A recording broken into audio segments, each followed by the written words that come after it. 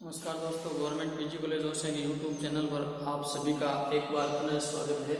मैं जयप्रकाश सहायक आचार्य गणित, गवर्नमेंट पीजी कॉलेज होशियार। आज हम बीएससी मैथमेटिक्स में बीएससी फाइनल जेएनयू यूनिवर्सिटी के अकॉर्डिंग एब्स्ट्रैक्ट अलजेब्रा का एक टॉपिक है साइक्लिक ग्रुप। इसको पढ़ते हैं। चक्रीय समूह।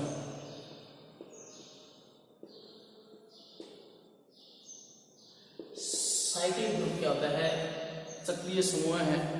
अगर कोई ग्रुप है, पीछे वीडियो में हमने पढ़ा था ग्रुप के बारे में, तो यदि कोई ग्रुप है, उसका कोई एक एलिमेंट है, उस एक एलिमेंट से हम जितने भी ग्रुप के एलिमेंट हैं, जितने भी ग्रुप के अवयव हैं, उन सभी को एक ग्रुप से, उस एक अवयव से हम प्राप्त कर सकें। वो अवयव से बना जो ग्रुप है वो चक्रीय ग्रुप कहलाता है। और जो एक एलिमेंट होता है जिसकी घात के रूप में लिख के हम जो पूरा ग्रुप प्राप्त करते हैं, वो अवयव उसका जनक कहलाता है।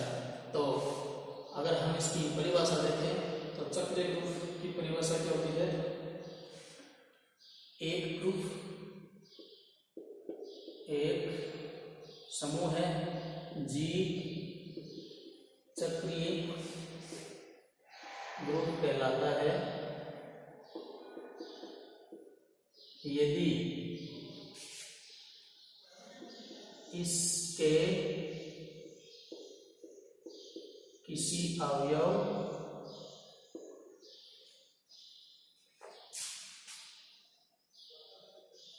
ए को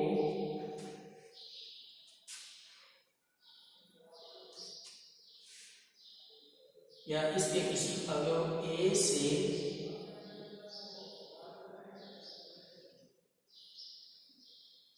जी के अन्य सभी अवयव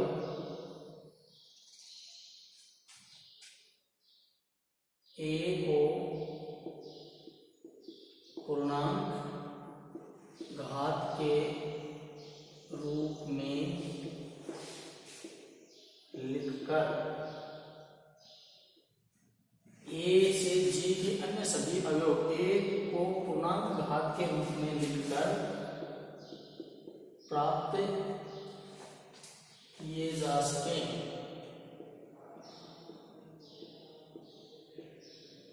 तो जी साइक्लिक ग्रुप कहलाता है। ये चक्रीय ग्रुप कहलाता है। और जो अवयव ए है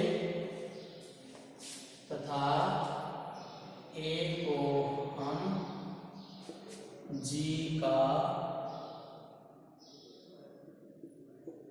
जनक कहते हैं। जी का ए है वो जनक कहलाता है।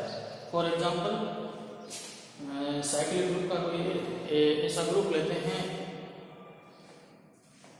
एग्जाम्पल मान लीजिए कोई ग्रुप है 1 -1 आइटा माइनस आइटा।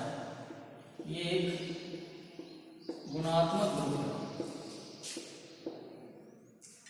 गुणात्मक ग्रुप है तो इसके एक एलिमेंट लेते हैं।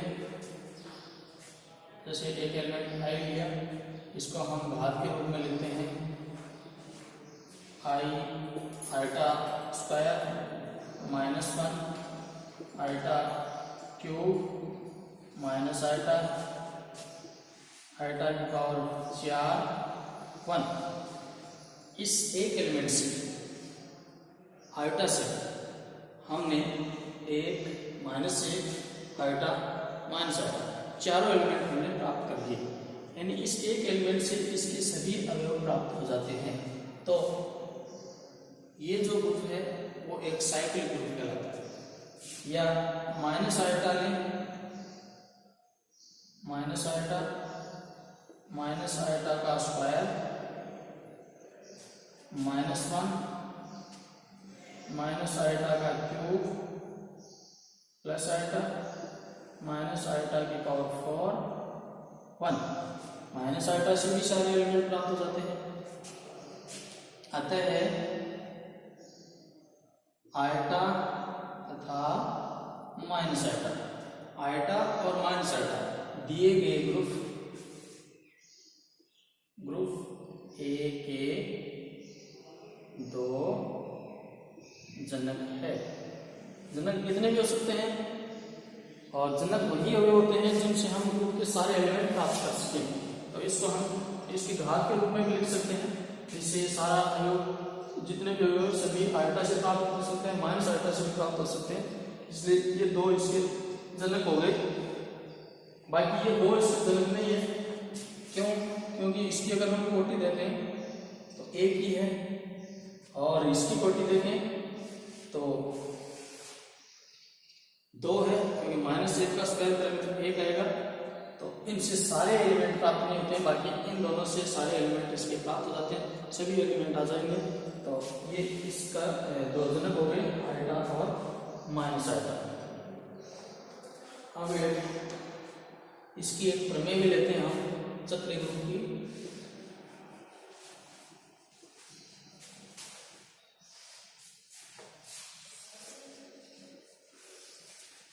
एक फॉर्म सिद्ध करते हैं।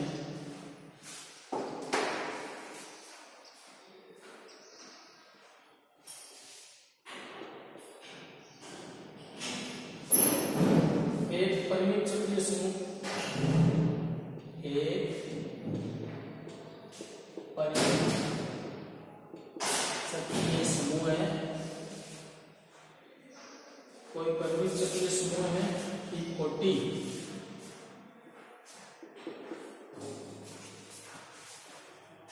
गुणांक,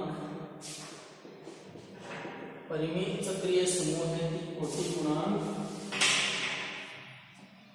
और उसके जनक की कोटि गुणांक बराबर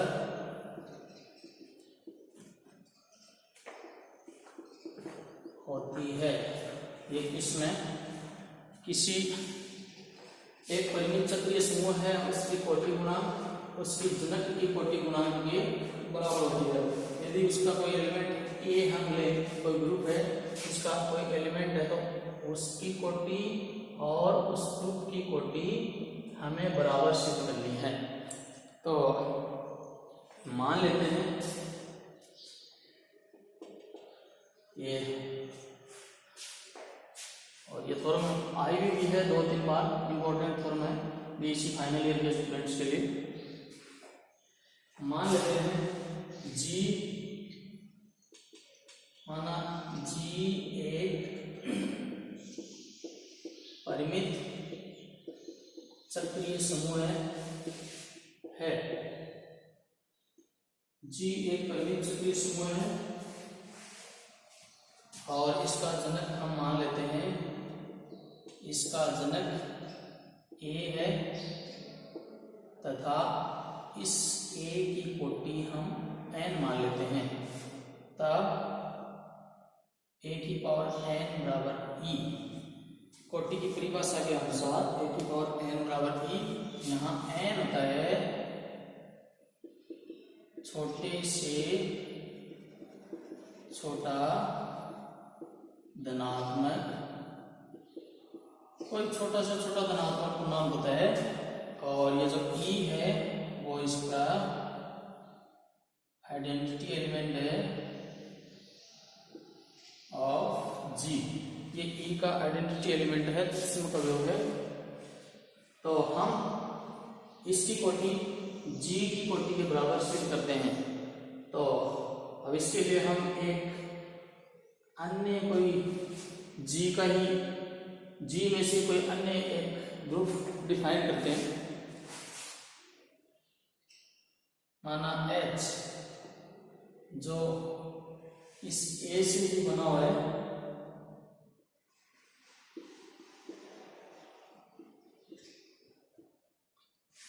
ये हमने एक ग्रुप लिया है H, साइक्लिक ग्रुप। जिसमें n एलिमेंट है,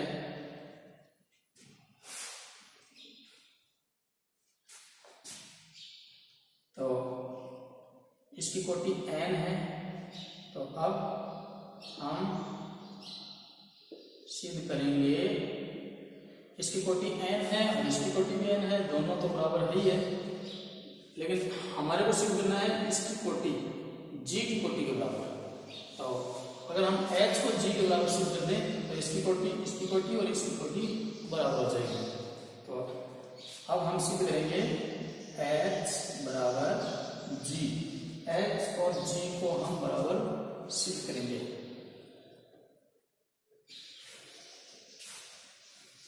तो सबसे पहले हम देखते हैं h, और सर्वप्रथम h के सभी अवयव भिन्न भिन्न सिद्ध करेंगे। सबसे पहले h के जितने भी एलिमेंट है उनको हम अलग अलग सिद्ध कर देते हैं कि h के जितने भी अवयव हैं वो सब भिन्न भिन्न अवयव है।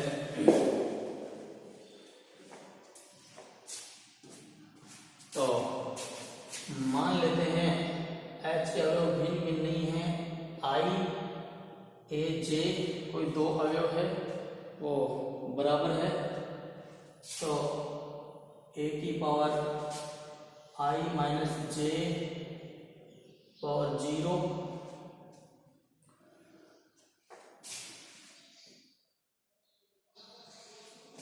जहां i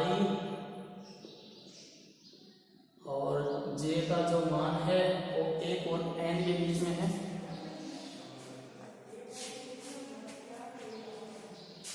आइडेंटिटी एलिमेंट है।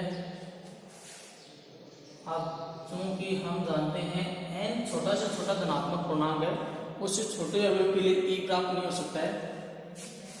तो i माइनस j है वो n से छोटे हैं, अतः ये है संभव नहीं है। अर्थात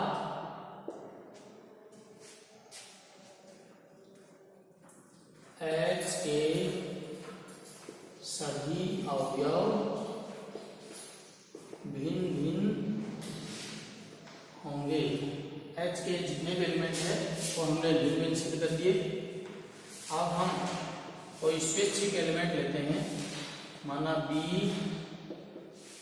कोई g का स्वैच्छ अवयव है। जो इस h से बाहर का कोई एलिमेंट है, कोई स्वैच्छ एलिमेंट है, लेकिन g है एक चक्रीय समूह है, ये साइक्लिक ग्रुप है, जिसके सभी अवयव को हम जनरेटर a के द्वारा लिख सकते हैं। तो मान लेते हैं b है, उसको a की पावर l से हम लिख सकते हैं। g के जितने भी एलिमेंट हैं उनको हम इसके घात के रूप में लिख सकते हैं। तो अब चूंकि ये l बड़ी राशि है, इसको विभाजन कलन विधि से l बराबर n2 प्लस r, इस प्रकार से इसको हम डिवाइड कर सकते हैं। तब यहां पर r है एक पूर्णांक राशि है और r का मान 0 से बड़ा है और n से छोटा होता है। तो b इक्वल टू a की पावर l, a की power n plus r, a की power n q into a की पावर r, ये है e की पावर q इंटू a की power r, e into a की पावर r, अर्थात ये a की पावर r प्राप्त हुआ। और r है राशि वो n से कम है, इसका मतलब n से कम होते ही किसका एलिमेंट हो गया, h का एलिमेंट हो गया। हमने लिया किसका एलिमेंट था, b को जो एलिमेंट लिया था वो किसका एलिमेंट लिया था, G का एलिमेंट लिया था, लेकिन B किसका आया, H का एलिमेंट आ गया, यानी A की पावर R है वो G का आ गया, क्योंकि R M से छोटा है। अर्थात B हमने G का एलिमेंट लिया और B को H में शिफ्ट कर दिया, इसका मतलब क्या हुआ, G है वो H का समूह है, सब ग्रुप है, लेकिन G तो एक ग्रुप था,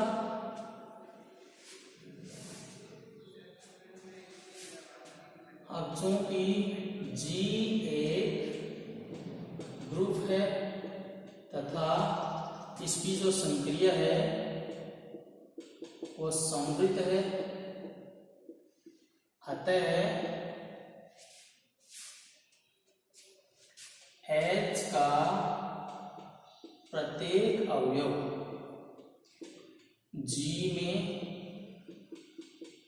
होगा, H का प्रत्येक अवयव G में होगा, ये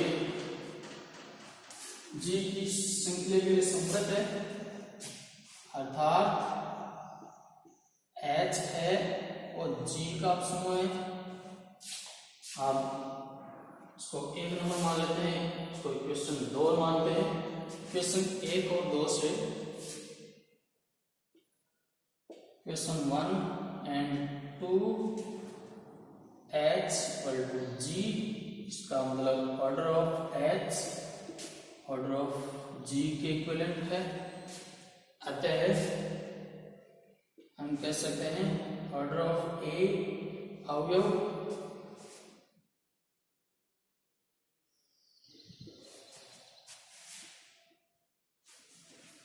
तो उसके जनक की कोटि उसके चक्रीय समूह की कोटि के बराबर होती है, यही सिद्ध करना था।